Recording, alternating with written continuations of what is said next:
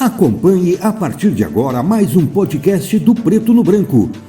Programa de hoje, Diálogos com a Ju, com a jornalista Juliette Manfrim.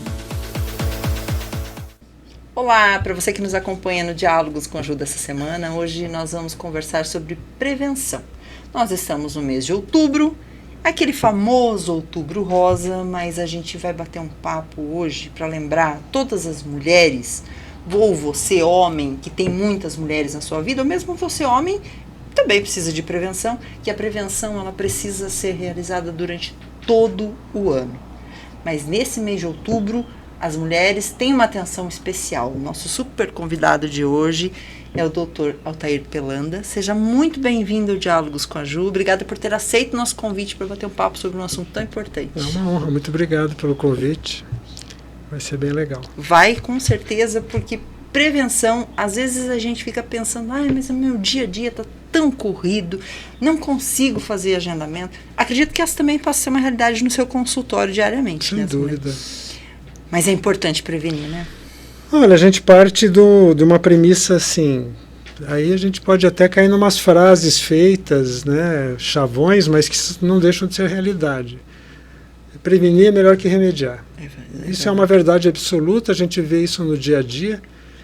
E prevenir significa, acima de tudo, talvez até como uma menção mais correta, prevenir significa detectar precocemente situações que possam possibilitar uma resolução, né? Então, a maior parte dos exames preconizados para as mulheres como preventivos, na verdade, não são preventivos, eles são de detecção precoce para você poder ser tratável e não deixar num ponto onde isso não possa mais acontecer. Bom, a gente tem muitas mulheres que têm, inclusive, um pouco de receio de fazer aqueles exames anuais, acham um pouco invasivo. O nosso foco hoje é justamente falar sobre essa questão da prevenção, da precaução. Existe hoje um rol determinado do que são esses exames preventivos, esses exames de precaução? Bom, a gente pode dividir isso de uma maneira didática, né?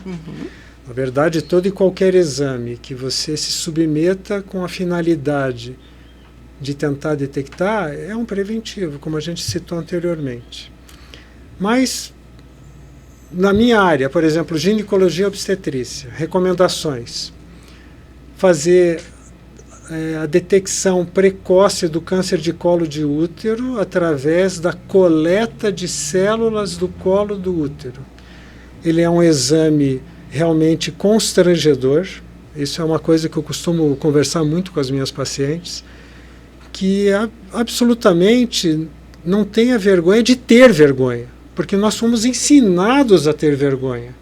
Então o ter vergonha é o habitual, o normal, não há demérito nenhum em ter vergonha. Mas a superação desse momento de vergonha para poder ter o alívio de um resultado que não tenha problema algum, ou entenda um problema, que ele tenha sido detectado de uma maneira que é tratável, isso supera qualquer coisa, na minha opinião. Exatamente.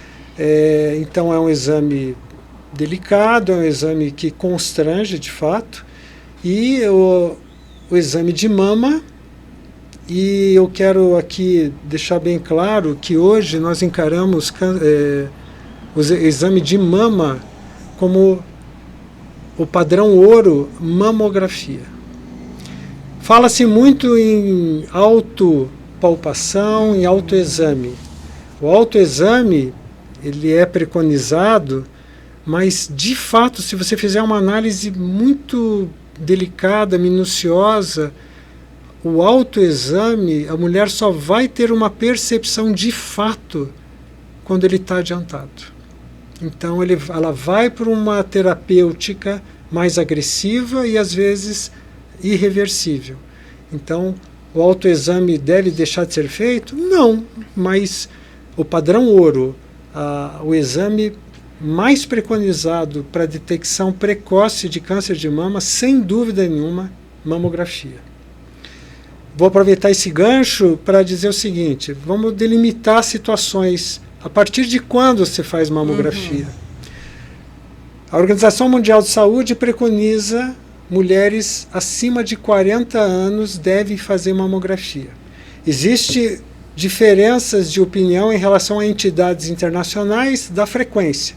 Uma vez por ano, uma vez a cada 3 anos. Tem nuances, depende da população-alvo, depende da capacidade, digamos assim, de ter acesso a serviços de mamografia. Então, são coisas que variam para essa recomendação. Mas, acima de 40 anos, mamografia. Mulheres acima de 35 anos, se tiver na família alguma outra mulher de parentesco muito próximo, mãe, irmã, tia, com câncer de mama. Então, para essas, preconiza-se a partir de 35 anos de idade. A mamografia mesmo. Isso. E também quero aproveitar esse momento, porque muitas me questionam, doutor, não dá para fazer ultrassom? Eu ia perguntar justamente sobre isso. A ultrassonografia é um exame muito importante, mas, de fato, ele deve ser feito conjuntamente com a mamografia. O ideal é fazer mamografia e ultrassom. Por quê? Porque ambos têm princípios físicos diferentes. O que o ultrassom consegue ver, a mamografia não vê. Ah, é mesmo? Sim. Vou te dar um exemplo. Nódulo. Os nódulos, eles podem ser sólidos ou ter líquido dentro, então nós chamamos de císticos. Para isso, o ultrassom é super válido. A mamografia não consegue fazer essa diferenciação. Olha só. Porém, existe uma alteração radiológica chamada de microcalcificações. O ultrassom não consegue detectar microcalcificação. E a mamografia, sim. E existe uma correlação de microcalcificação irregular em até 40% das vezes em que ele existe com câncer de mama. E é uma lesão não palpável. Microcalcificação você não consegue palpar. A mamografia, ao detectar, sugere-se ou indica-se uma biópsia, e daí na comprovação do exame anatomopatológico, que é aquele do laboratório, que faz uma lâmina e o médico vê no microscópio, se indicar, o tratamento geralmente é eficaz e curativo. Olha que incrível. Para suas pacientes, doutor, o senhor costuma sempre recomendar as duas? Sem dúvida. Sem dúvida. Mas eu também devo admitir que existe um fator econômico. Claro. Né? Nós, em Cascavel, somos muito privilegiados no sentido da mamografia, porque temos entidades que fazem esse exame em livre demanda, sem custo. Né? Posso citar claramente, porque eu acho que é importante, claro, a UPECAM e o SEONC.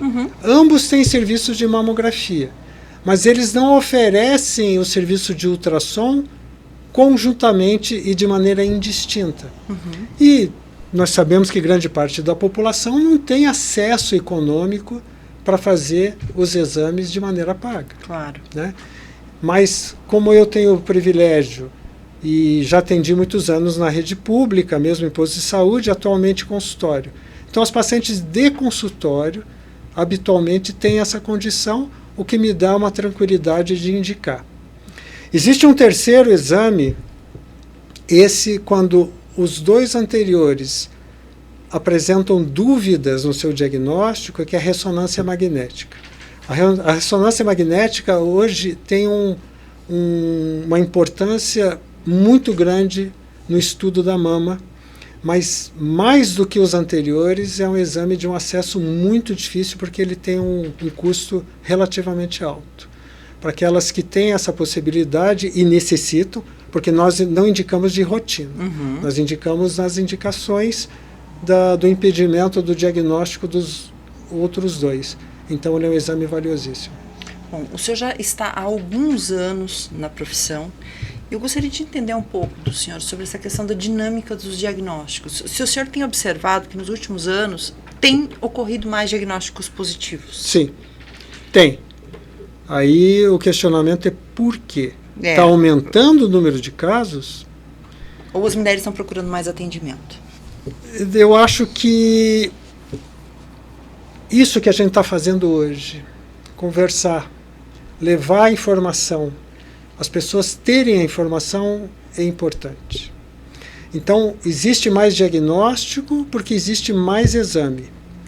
Existe também mais diagnóstico porque os recursos tecnológicos dos equipamentos vão melhorando com o passar do tempo. Há poucos anos nós tínhamos mamografias analógicas, mamografias onde fazia a imagem numa radiografia e isso é avaliado. Hoje, quem capta essa imagem é um computador, mostra numa tela e nós temos recursos de ampliação nessa tela, de inversão de cores. Então, isso é um exemplo de como a mamografia evoluiu nos últimos anos. Então, é uma união de fatores. Para dar um exemplo bem significativo em relação à procura, nós tivemos no ano de 2022 e 2023 Covid. Uhum. Então, recomendou-se que as pessoas não saíssem de casa. Isso diminuiu sobremaneira exames de detecção precoce, como mamografia, e vimos no passar do tempo, a curto prazo, um aumento, um incremento no número de casos de câncer de mama mais avançados do que nos anos anteriores, pelo simples fato das pessoas não terem saído de casa, né? Foi um efeito colateral danoso. Hoje já estamos conseguindo reequilibrar esse número, porque as pessoas voltaram a fazer os exames com mais regularidade. A detecção de alguma anormalidade, vamos falar de mama e vamos falar de útero, já que a gente está falando basicamente de prevenção relacionada à saúde feminina, né? Sim. Se for descoberto logo no início, quais são as probabilidades, as chances de cura? Tá. Bom, dá para se falar de uma maneira genérica ou de uma maneira mais escalonada e técnica, que eu acho que não é do interesse aqui da gente falar. Porque depende muito não só da amplitude do que foi encontrado, mas do que a gente chama de tipo histológico. Existem diferentes tipos de câncer de mama. Cada estrutura da mama tem uma capacidade de produzir câncer. Então vamos lá. A glândula mamária em si pode ter câncer, o ducto que leva leite da glândula até o bico do seio pode, e outras estruturas que em outras partes do corpo também podem produzir câncer, idem. Mas de uma maneira geral, quanto mais precoce, quanto menor a lesão, quanto melhor o tipo histológico, ou seja, menos agressivo, maior a chance de cura. Uhum. Câncer de colo de útero, idem, né? Para você ter uma ideia como que funciona. Quando a paciente vai para fazer o preventivo, não tem queixa alguma. Ótimo, excelente, vamos lá. A gente coloca uma escovinha no colo do útero, gira, coleta células e conforme a técnica, a gente pode fazer um esfregaço na lâmina, mandar para o laboratório ou pode pôr num frasquinho com um meio de transporte no próprio laboratório e faz a lâmina. O colega anatomopatologista, que é a especialidade do médico que vê isso em microscópio. Tem células que são sugestivas de câncer. Então, essa paciente tem condições de fazer uma biópsia para fazer uma verificação desse diagnóstico, se de fato é isso, e o tratamento. Uhum. Se pegar numa fase anterior ao que a gente chama de invasivo, o tratamento para essa mulher pode inclusive ser a retirada de um pedaço do colo do útero e ela não perder sua capacidade reprodutiva. O que para muitas é extremamente importante. Claro. Para aquela que já tem um carcinoma ou um câncer invasivo, aí o tratamento é bem mais ampliado e ela perde essa capacidade. Então, não falamos só de sobrevida, falamos de capacidade reprodutiva, claro, que é uma coisa tão importante quanto. Então, de uma maneira geral, de uma maneira resumida, qualquer tipo de câncer, independente de onde seja, quanto mais precoce ele conseguir ser detectado, melhor o prognóstico do tratamento, tanto em qualidade de vida quanto até na própria vida. Eu tenho amigas que costumam falar, e talvez também seja uma realidade das mulheres que, né, buscam os seus atendimentos no consultório. Mas eu não sinto nada, eu não tenho nenhum tipo de corrimento, eu não tenho dor, os meus seios não doem. Por que eu preciso fazer exames anualmente? Tá tudo certo. Nossa, pergunta maravilhosa. Dá uma oportunidade muito grande de falar o seguinte. Câncer de colo de útero, vou usar esse exemplo. Para ele ser sintomático, para ele causar algum sintoma, e esse sintoma não é dor, o sintoma que geralmente acontece em colo de útero é sangramento e um odor característico, às vezes até fétido. Se uma mulher chegar nesse ponto, esse colo de útero não é mais tratável. Caramba. Não é mais. Não tem mais o que fazer em termos de cirurgia ou pensar em cura. O que se passa são cirurgias para minimizar o sofrimento e para poder prolongar um pouco a vida. Então, uma pessoa, uma mulher, que deixa chegar nesse ponto, ela vai sofrer muito antes até do óbito. Vai sofrer ela, vai sofrer a família, vai sofrer todas as pessoas que giram em torno dessa, que está com esse problema. Então, se eu puder mandar uma mensagem hoje, sem dúvida nenhuma, superar o que, e eu não nego que o exame seja constrangedor, como eu falei anteriormente, mas superar isso por um bem maior, que não é só o seu, mas de todos aqueles que o cercam. Mama idem. Como a gente tinha citado anteriormente, tem lesões sugestivas de câncer que não são nem palpáveis. Então, você ter como uma desculpa pessoal, eu não tenho a percepção, não precisa ter percepção para ter câncer. O câncer, para ser percebido no caso da mama, para quem não está habituado a fazer o exame, né, os profissionais de saúde examinam várias pessoas. A pessoa palpa a si mesmo no máximo. Né? Então, para ela ter uma percepção que tem alguma coisa diferente na palpação, esse nódulo tem que ter mais de 2 centímetros. Ou seja, está muito grande. Sem dúvida. Isso é muito preocupante. E muito comprometedor. Bom, hoje nós temos, felizmente, na rede pública, vacina para as meninas do HPV. Sim. Mas a gente também tem um número grande de pessoas que é resistente à vacina, que não leva as filhas, achando que pode, inclusive, incentivar um processo de antecipação de uma vida sexual, que não é verdade, né? Que não, qual que é o seu posicionamento, a sua indicação com relação às vacinas para as meninas com relação ao HPV? E se você me permite, eu vou até ampliar a sua pergunta, porque as vacinas podem e devem ser usadas não só em meninas, em meninos. Exatamente. Câncer de pênis pode ser causado por HPV, mas a frequência realmente não é assim tão grande quanto a de colo de útero. Mas o que nós não podemos esquecer é que esses meninos serão os futuros homens que serão os vetores do HPV na relação sexual, levando para as mulheres o HPV. Né? Então a vacinação pode ser realizada tanto em meninas quanto em meninos, e vou mais longe, em mulheres que já tiveram o início da sua vida sexual, e vou mais longe. Hoje sabemos que melhora o prognóstico em mulheres portadoras de HPV que não tenham câncer de colo de útero. Tem só uma limitação portadoras. de idade?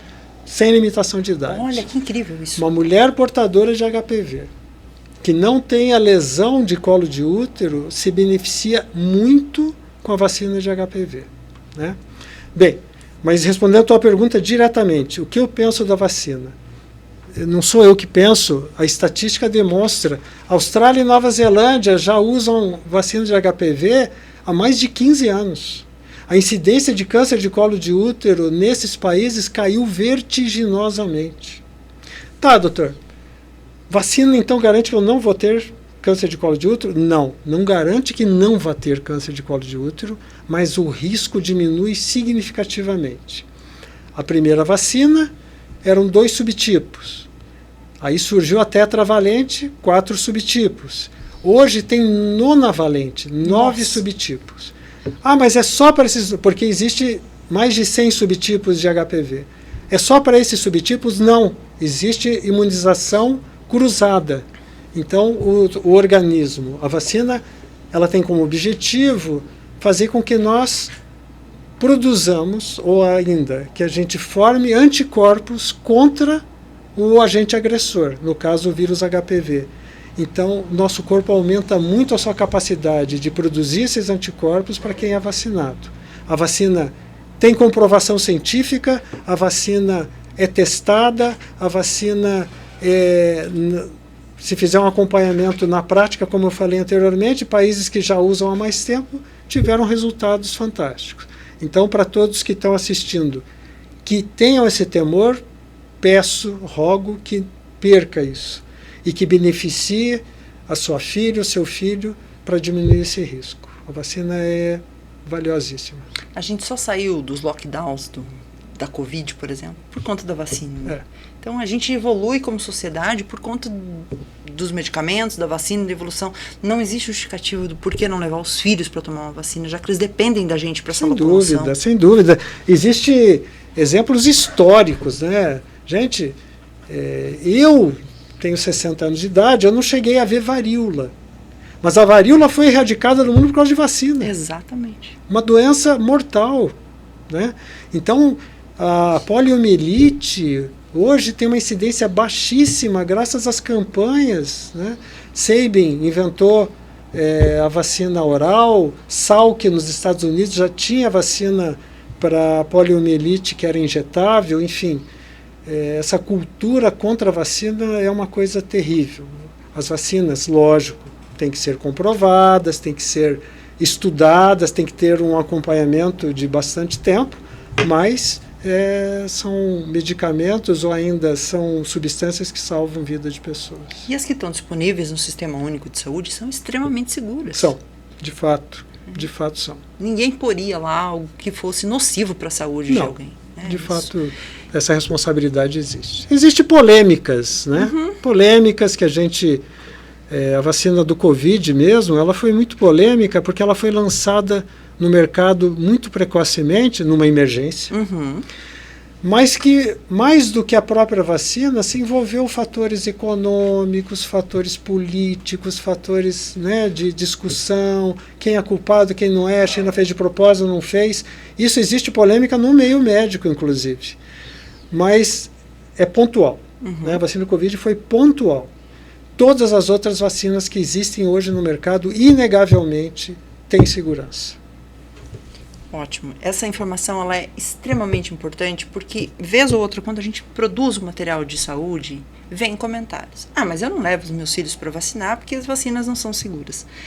E a gente entende também que existem responsabilizações e responsabilidades legais com relação a isso. Sem dúvida. Porque eu não levar minha filha para tomar vacina é também infringir o direito do outro de que se imunizou, por exemplo, ou que não pode tomar uma vacina por alguma complicação médica e eu colocar outro em risco. Sem dúvida, sem dúvida. Eu concordo plenamente, né?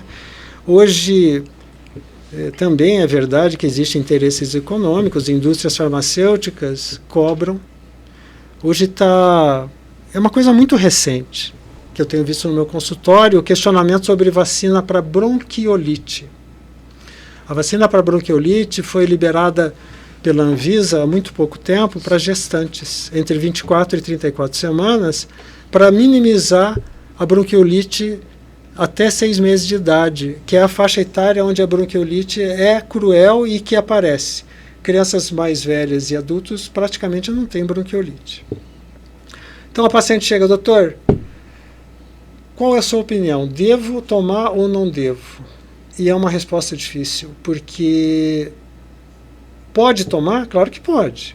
Mas ele tem um custo, para vocês terem uma ideia, uma dose custa R$ 1.800. E o SUS não cobre? Não está no plano nacional. Né?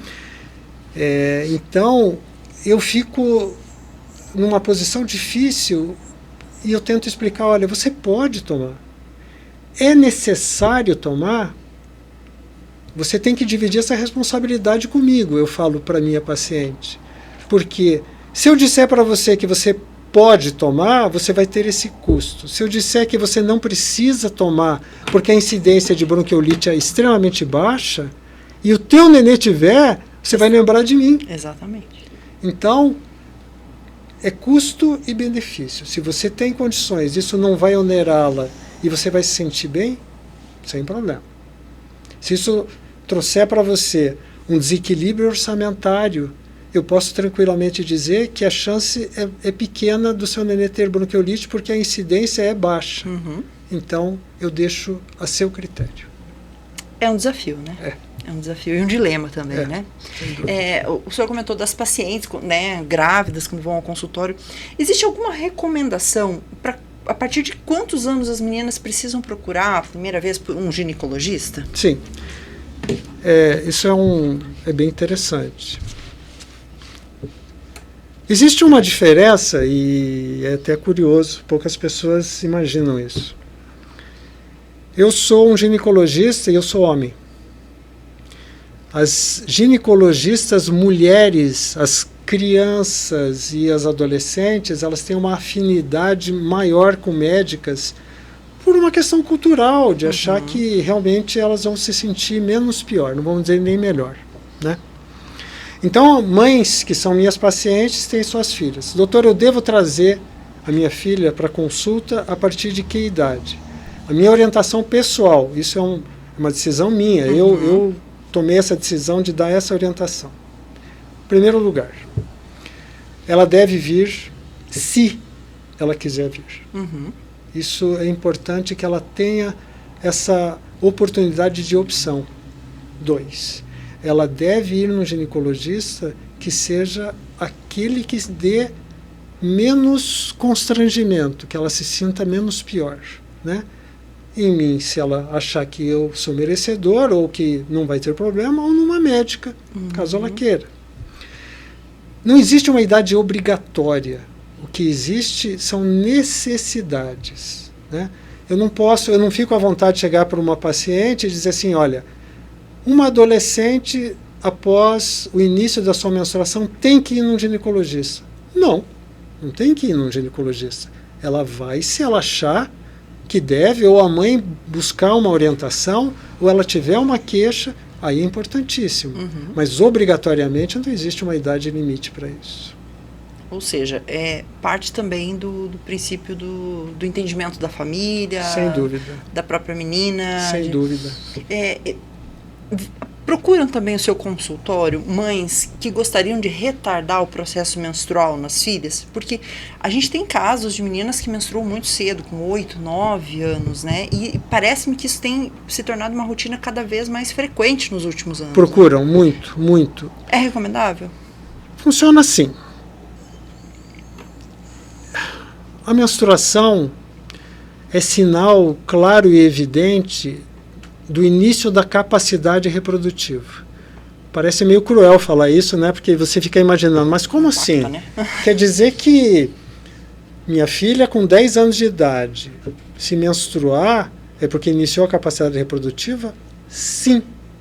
A menstruação é um sinal claro e evidente que aquela pessoa, independente da idade, está tendo ovulação. Então o eixo hipotálamo, hipófise e ovário está funcionando e aquela pessoa entrou num regime reprodutivo possível, potencial. Retardar isso com qual objetivo? Evitar a tentação de iniciar a vida sexual? Não. A maioria das pessoas que procuram, buscam para que essa criança tenha ainda uma vida de criança e não uma vida de adolescente, para que ela possa ter um desenvolvimento saudável nos nossos conceitos de saúde mental, em termos de evolução, mas tem um aspecto físico, em particular, que é muito importante e que muitas conhecem e procuram por causa disso, que é crescimento. Isso não é mito, isso é verdade. Uma vez que inicia o fluxo menstrual, desacelera sobremaneira muito o crescimento. Então, entre aspas, condena-se aquela menina que não tem uma estatura razoável, isso é o critério de cada um, né? A não ter um crescimento maior se iniciar de fato os ciclos menstruais. A nossa orientação em relação a isso é muito clara. Nós encaminhamos para o endocrinopediatra.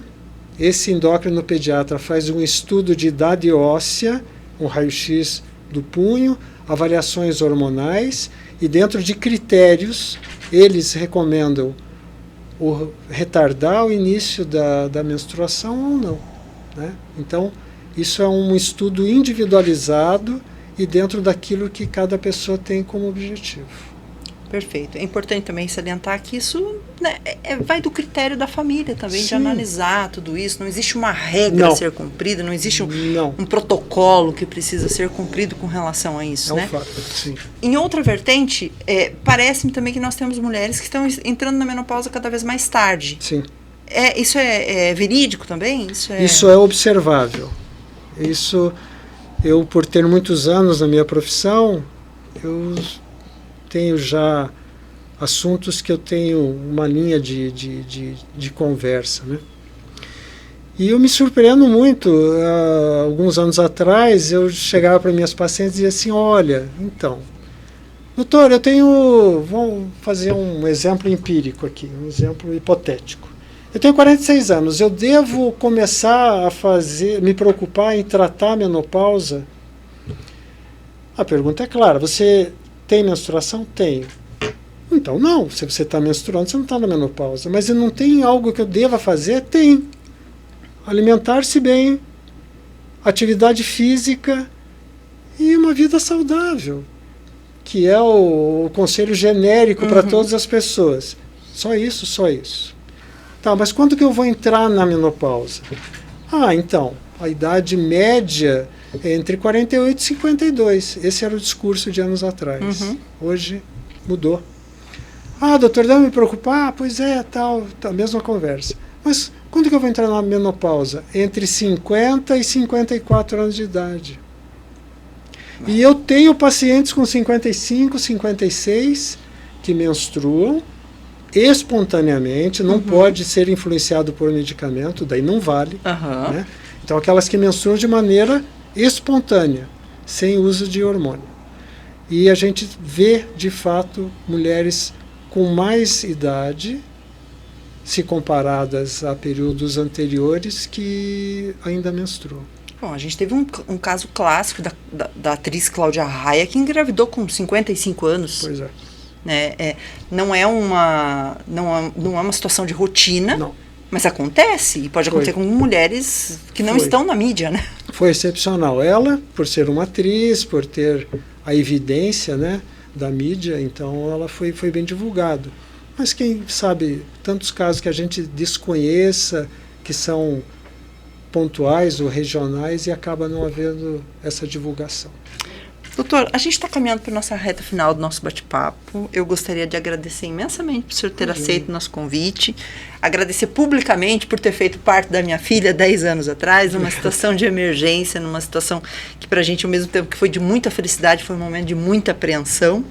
Agradecer publicamente, dizer que o espaço segue aberto. Conte sempre conosco para divulgação, para a gente incentivar as mulheres a buscarem prevenção, a todas as pessoas, a buscarem prevenção, a buscar os exames, a ir atrás de exames. Homens, busquem atendimento médico, não esperem também, né? E o espaço segue aberto. Eu fico muito lisonjeado, né? Você me contou antes da gente iniciar.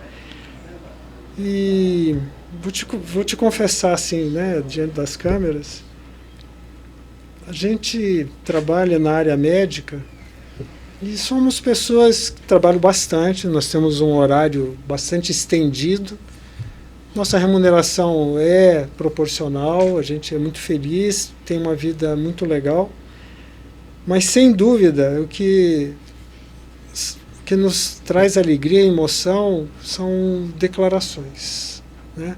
Isso que você me contou hoje, esse retrospecto de 10 anos atrás, valoriza tanto o que a gente sente em relação à nossa profissão.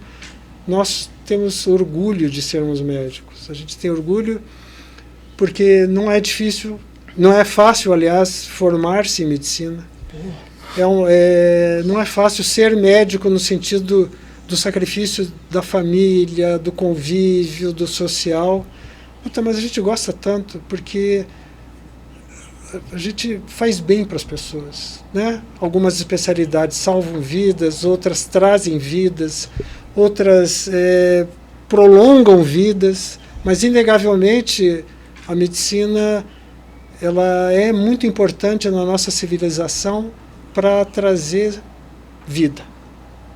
Então, obrigado por essa oportunidade, obrigado por poder falar, trazer luz a pessoas, e isso também me traz muita satisfação. Estou muito, muito feliz e agradeço. Muito obrigada. E no meu caso, o senhor salvou vidas, a minha e da minha filha, e trouxe vida para minha filha. Obrigado. Então, mais uma vez, muito obrigada. E o espaço segue aberto. Para você que nos acompanhou no Diálogos com a Ju essa semana, lembre-se, faça exames preventivos, busque atendimento, homens e mulheres, busque atendimento médico. E a gente volta na próxima semana com um novo tema. Até lá, tchau, tchau.